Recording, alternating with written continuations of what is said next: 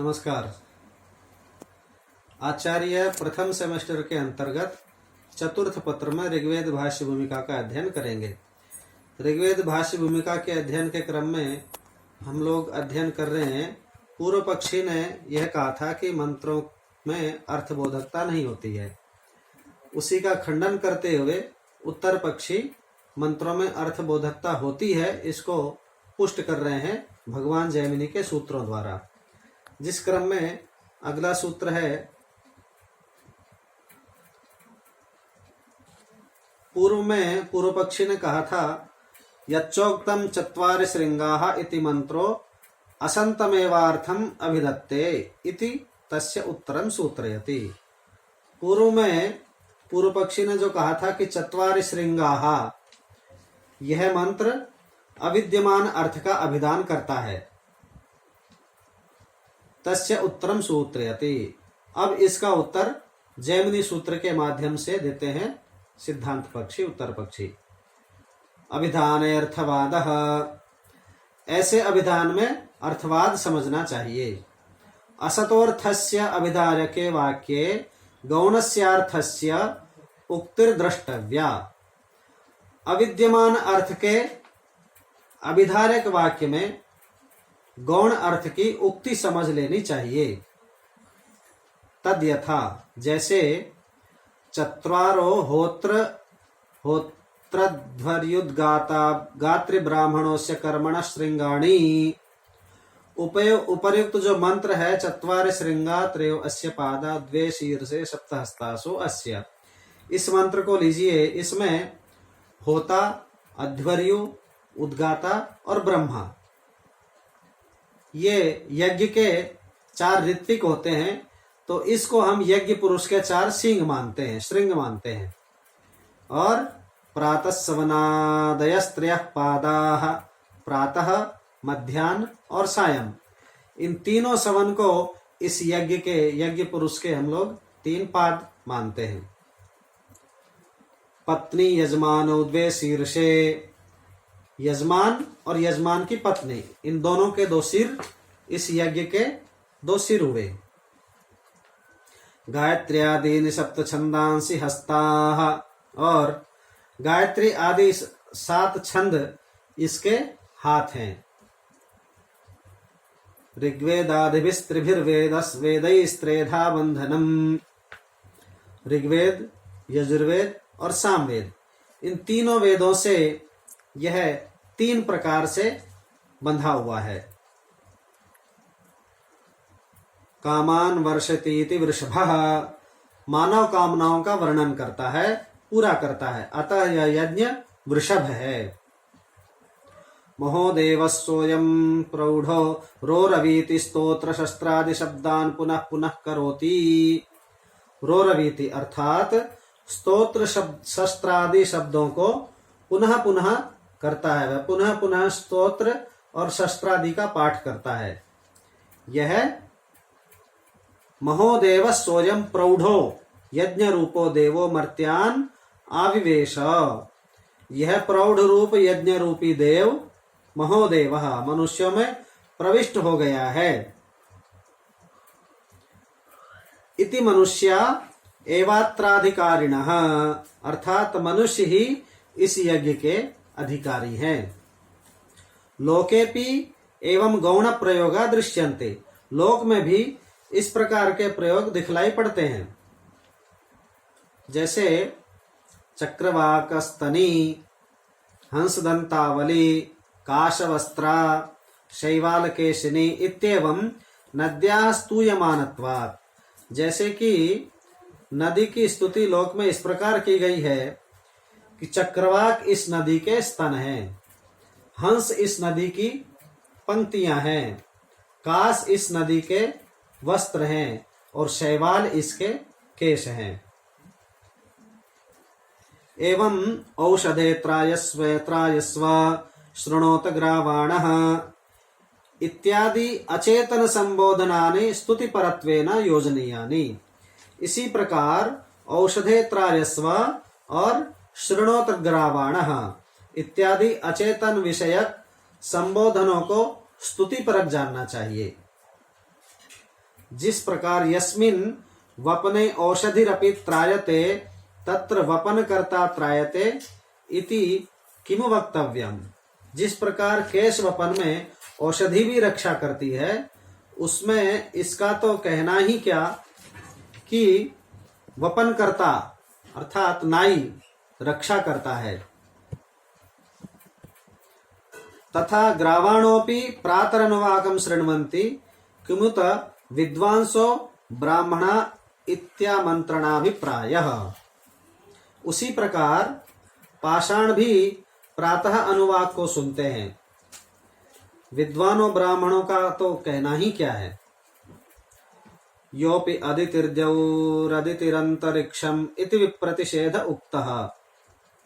यह संबोधनों का अभिप्राय है। पूर्व पक्षी ने अदितिर्द्यौरदितिरंतरिक्षम इस मंत्र में परस्पर विरोध कहा था।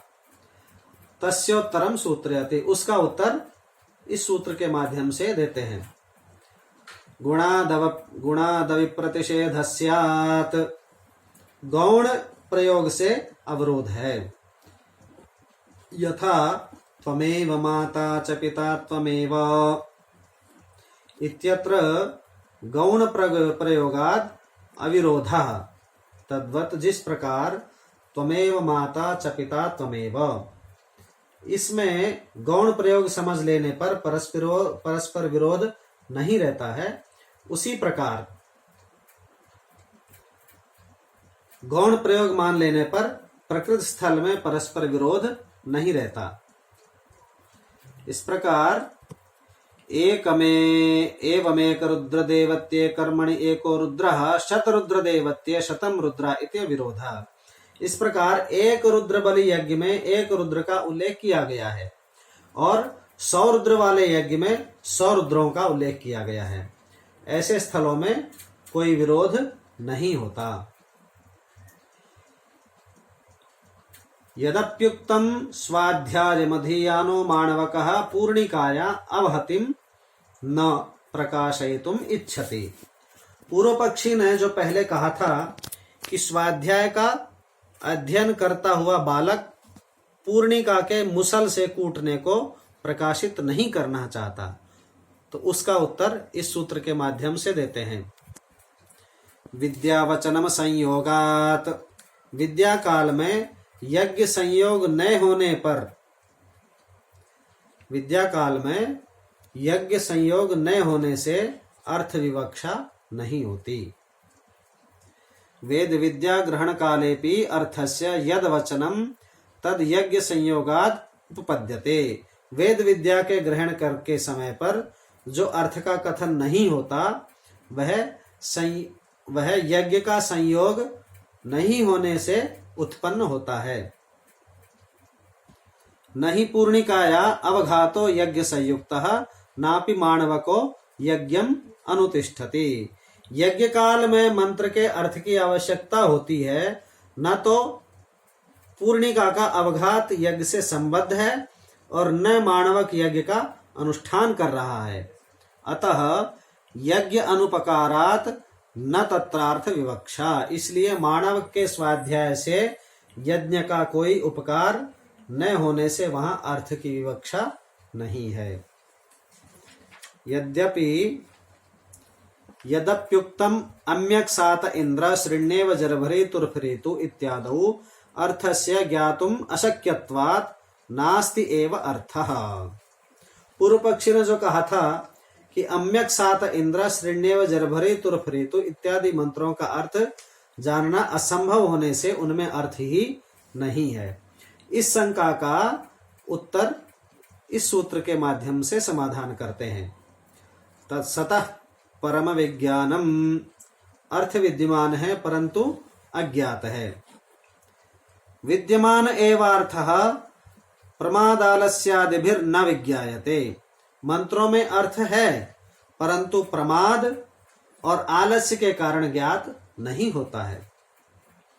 तेषाम निगम निरुक्त व्याकरण वशेन धातुतोर्थः परिकल्पितव्यः। निरुक्त आदि ग्रंथ और व्याकरण की सहायता से धातुओं से ऐसे मंत्रों का अर्थ ज्ञान कर लेना चाहिए। जैसे जर्भरी तुर्फरीतो इत्येवं आदीनि अश्विनोः अभिधानानि। उदाहरण के लिए जर्भरी और तुर्फरी इत्यादि अश्विनों के विशेषण है,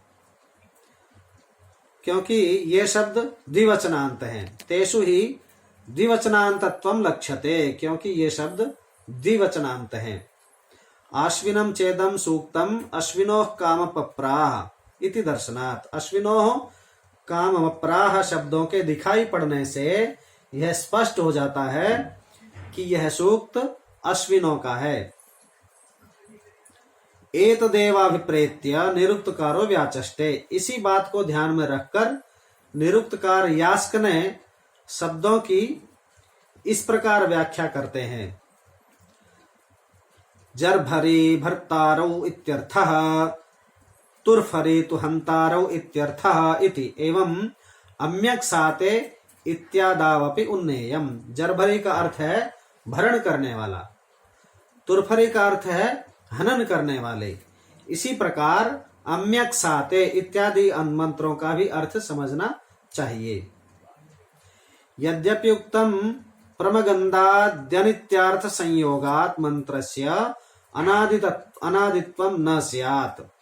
पूर्व पक्षी ने जो कहा था कि प्रमगंध आदि अनित्य पदार्थों के साथ संयोग होने से मंत्र अनादि सिद्ध नहीं होता है, तो इसका उत्तर इस सूत्र से देते हैं। अनित्य उक्तश्चानित्य संयोगः, अनित्य संयोग कह दिया गया। प्रथम पादस्यांतिमाधिकरणे सोयम अनित्य संयोग दोष उक्तः परिहृतः। प्रथम पाद के अंतिम अधिकरण में इस अनित्य संयोग दोष का उल्लेख किया गया है। तथा ही तत्र पूर्व पक्षे वेदानां पौरुषेयत्वं वक्तुम काठकम कालापकम इत्यादि, तथा उसका परिहार कर दिया गया है, क्योंकि वहां पूर्व पक्ष में वेदों के पौरुषेयत्व को कहने के लिए काठक, कालापक इत्यादि पुरुष संबंधाभिधानम हेतुकृत्य अनित्य दर्शनाच्च हेत्वंतरम सूत्रितम। पुरुषों के संबंध को हेतु बनाकर अनित्य दर्शनाच्च इस दूसरे हेतु को सूत्रित किया है। तस्यायम अर्थः, उसका यह अर्थ है, बबरः प्रावाहणिकर कामयत इति अनित्यानां बबरादीनां अर्थानां दर्शनात्। ततः पूर्वम असत्वात् पौरुषेय वेद इति। उसका यह अर्थ है, बबरः प्रावाहणिर कामयत आदि मंत्रों में बबरादि अनित्य पदार्थों के दिखाई देने से ज्ञात होता है कि इन अनित्य पदार्थों के पहले वेद नहीं था, और इस प्रकार वेद स्पष्टतया पौरुषेय है। तस्योत्तरम एवं सूत्रितम, इसका उत्तर जैमिनी ने इस सूत्र में दिया है। परम तु श्रुति सामान्य मात्रम इति तस्याम अर्थः, इसका अर्थ यह है कि यत् काठकादि समाख्यानम तत् प्रवचन निमित्तम। काठक, कालापक आदि जो उल्लेख हैं वह प्रवचन निमित्त हैं। यत्तु परम बबराद्यनित्य दर्शनम तत् शब्द सामान्य मात्रम, अर्थात इन लोगों ने वेद का प्रवचन किया है, निर्माण नहीं। और जो दूसरा कारण दिया गया है, अर्थात बबरादि अनित्य पदार्थों को जो दिखलाई पड़ता है वह शब्द सामान्य मात्र है। न तो तत्र अनित्य बबराख्या कश्चित पुरुषो विविक्षिता। वहां पर अनित्य बबर नामक कोई पुरुष विविक्षित नहीं है, किंतु बबरः इति शब्दानुकृति ही।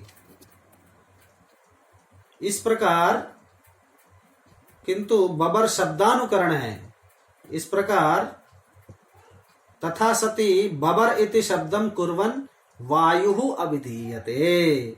बबर बबर शब्द करता हुआ वहां वायु बबर कहा गया है। जैसे जब वायु बहती है तो बबर बबर बबर बबर ऐसे उसकी आवाज सुनाई देती है, तो वहां बबर नामक कोई पुरुष नहीं है, अपितु वायु की आवाज है, वायु के शब्द हैं।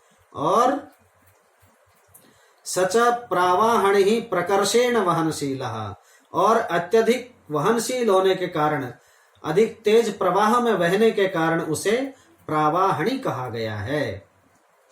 एवं अन्यत्रापि ऊहनीयम, इस प्रकार किसी भी दोष के असंभव होने से मंत्रों में अर्थ विवक्षित है। तदेवं कस्यचिदपि दोषस्यासंभावात् विवक्षितार्था मंत्राः स्वार्थ प्रकाशनायैव प्रवक्तव्याः, और अपने अर्थ के प्रकाशन के लिए उनका प्रयोग होता है।